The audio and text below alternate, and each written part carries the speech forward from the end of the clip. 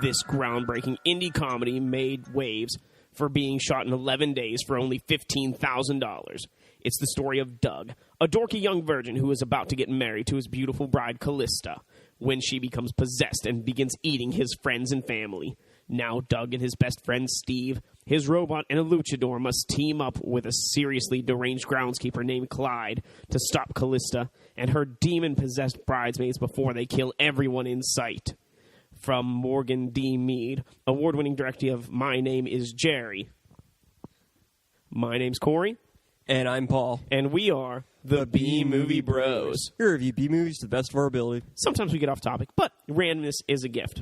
So as we continue through May and the month, which happens to be Luchador Month here for us, we are going to talk about the 2010 movie My Bloody Wedding. You heard what the back of the box had to say. Let's dive right into this shit and give it our technical difficulties. Top and bottom three, what Paul and I thought. Let's start with the bottom here. Paul, what were your bottom three for this movie? For number 3, at the beginning and end of this movie, there's this fat rapping guy, and it was really fucking annoying. That was by far the worst part of the movie. He's this guy rapping about what happens in the movie, and like, oh my god, shut the fuck up. Like, get on with the movie. There was no point to it. It wasn't even funny. It was just annoying. For number 2, the commercial skits in this movie, they'd randomly cut to, I guess, them trying to advertise for a product or something. And I get it was supposed to be a non-sequitur kind of joke, but it just came off as forced, and I really didn't enjoy those. It just reminded me of the terrible fucking Saturday Night Live skits that were advertising products that, like, were really inappropriate. Yeah, I was just like, okay, cool, I guess. I see what they're doing, but it was too obvious of a joke. And for number 1, the random nature of this movie was hit or miss. When it was funny, it was hilarious. But when it wasn't, it was just kind of stupid and annoying. Like, going back to the whole commercial thing. But there were other times, too, where they would just have random things happen. And when it was bad, it was bad. That's about all I got for that. So for me, number 3, the big action sequence in the movie at the very end actually takes place in the background, where most of the main characters are kind of having some dialogue between each other that's supposed to be funny, but is really kind of stupid. And, you know, Clyde and the robot are in the background fighting all the zombies. And I'm like, that's what I want to see. I don't care about what these guys have to say, or that guy's being a fucking pussy, or the bride's, big day was ruined. I don't care. I want to see some zombie fighting. Number 2, the commercial and infomercial parts. I don't know what they were trying to sell. I really didn't care. It shifted from being funny and well-paced to just being very slow, drawn out, and robot-like. But not with the actual robot in the movie. And number 1 for me, the worst part, who the fuck makes a sex tape of themselves and gives it to their child as educational material? The parents of the main character, Doug, actually make a sex tape of themselves to show Doug so that he knows how to please his wife on their wedding night. Who does that shit? Wait, normal parents don't do that? That is fucking disturbing. Literally fucking and disturbing. So, you never got one of those when you were 16? No. Oh. No, Paul. I think I have a few phone calls to make. Then again, my parents lived about 3,000 miles away from each other when I was 16. I think I need to see a therapist. Yeah, I think it's time to call Dr. Paul. So let's get to the top 3 then, so I can get rid of some more childhood traumas. Try to block out a few things, but some good things. For number 3, I liked how the characters are so nonchalant about their friends and family being murdered. Like, almost everyone at the wedding gets slaughtered, and they're like, well, this is really turning out to be a bad wedding, and they're fine after that. And like, one point Doug's mom gets killed, and he's like, well, this is a rough start to the marriage, but I think we could pull through. It was pretty great. For number 2, most of the jokes were funny, and the dialogue was well done. I wasn't bothered at all by the amateur's acting. If anything, it kind of made the experience of this movie better. Overall, it was well written, and I really enjoyed that. For number 1, there's a fucking robot in this movie for absolutely no reason. It was hilarious. Like, they'd sometimes mention the robot, but they never explain it. It's just kind of there, and it's just fucking fantastic. The robot was the best part of this. So for me, number 3, the movie did have some pretty funny dialogue. I think, again, it was well written, and the people that acted in it did justice to what was written and how it was supposed to be made.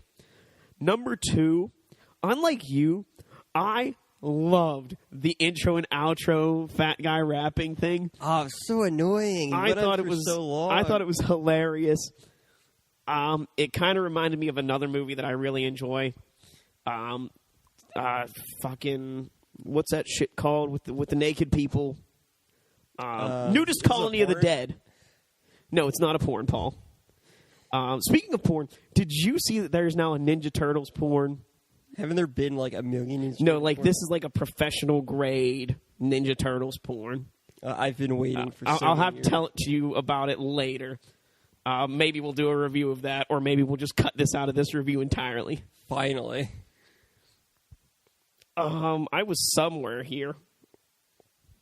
Fuck, Ninja Turtle porn throws everything off. Number 1, the best part of this movie was, like you said, the robot.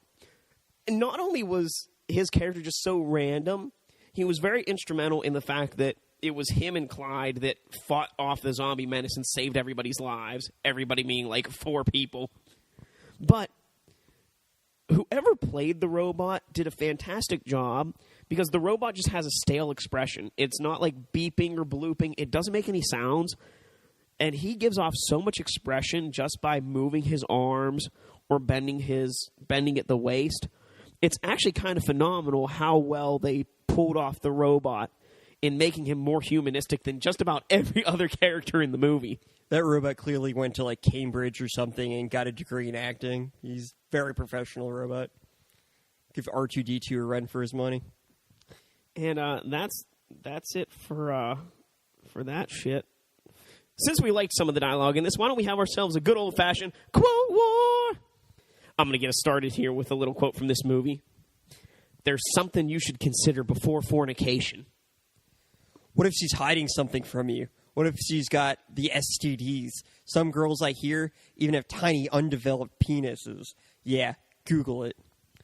I just have some doubts about her fidelity and whether she'd make a good mother. And oh yeah, she eats people. I have a robot, but I'm still playing Duck Hunt. What in the devil's red toilet are you talking about? You learn a lot of things here at the park. Battling eternal demons is just part of the job. And that ends this episode's edition of Quote Wars. If you've seen My Bloody Wedding and have a favorite quote and would like to share it with us, you can do so here on SoundCloud. Tweet us at BMovieBros. It's all one word. Tweet Paul directly at BMoviePaul. Or find us on Facebook at B-movie space BROS. That's BMovieBros.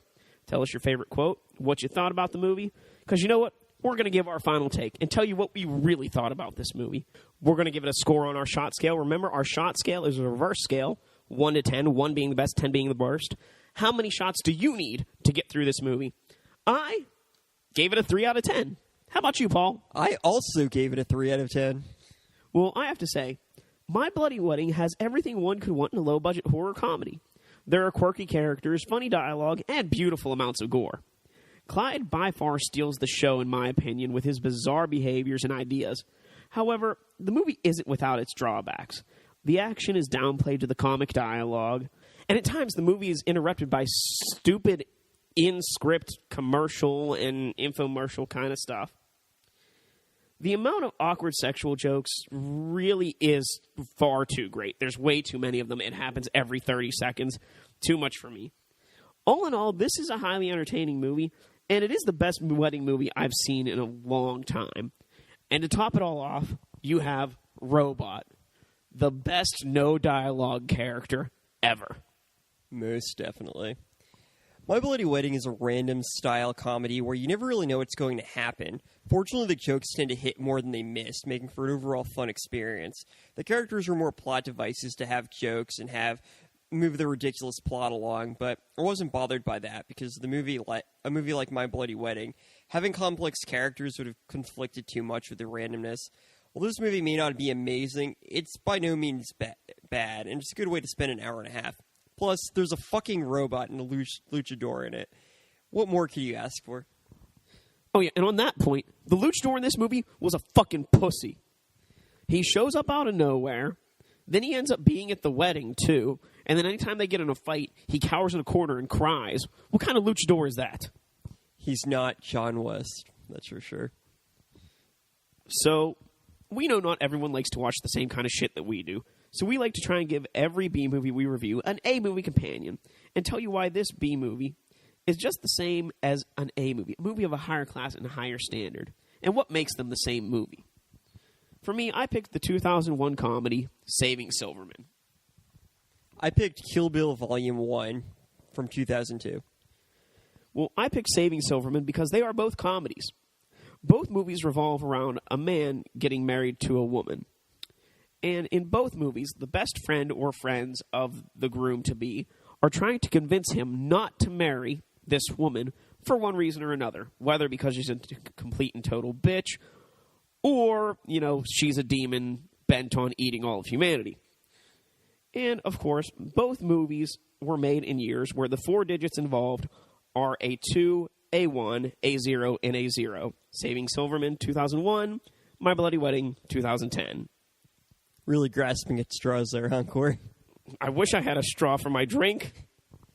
All right, so both My Bloody Wedding and Kill Bill Volume 1 are pretty much the same movie because both movies involve a massacre at a wedding. Both movies have a bride killing people. Both movies have unconventional characters. Kill Bill had assassins and ninjas, while My Bloody Wedding had a robot and a luchador. Both movies had a huge fight scene at the end. My Bloody Wedding had Calista and Doug fighting a bunch of zombified versions of their wedding guest, and Kill Bill Volume 1 had the bride fighting a bunch of henchmen before killing the assassin who she then took the sword from. And that is why Kill Bill is an A-movie version of My Bloody Wedding. As is Saving Silverman. Now comes to my favorite part where we get to tell you how to drink away the flick. Drink away the flick. Come on and grab your drink. Let's drink away the flick. Bum, bum, bum, bum. Where I'm going to give you some drinking games to help you get through this movie, and so will Paul.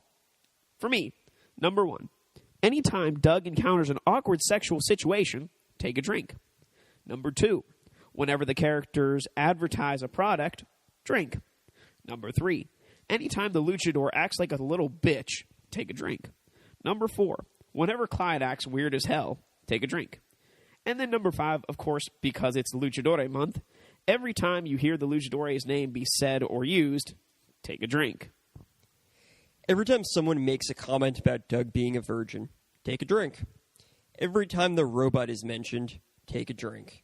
Every time Doug thinks Calista is cheating on him, take a drink.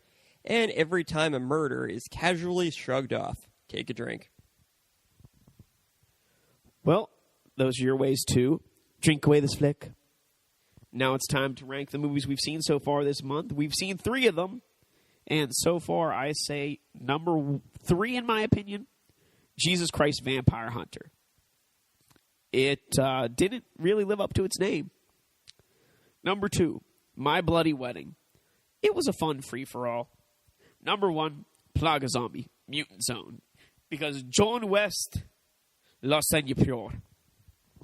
I had exactly the same ranking, actually. For number 3, I had Jesus Christ Vampire Hunter. How do you fuck up a premise like that? Well, I learned how. Number 2, My Bloody Wedding. It was entertaining, it had a lot of good points, and it was well made. Not a perfect movie, but I enjoyed it. For number 1, Plaga Zombies, Zona Mutante.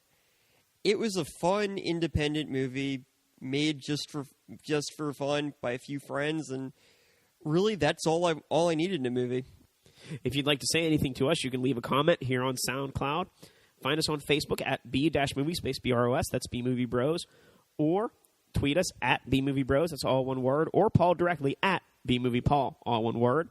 For anything in the Pittsburgh area, you can check out our friends over at theriversedgepgh.com. If you want to join us next week, we'll be concluding Luchador Month with Rob Zombie's animated feature film, The Haunted World of El Superbeasto. Yes, you heard that right.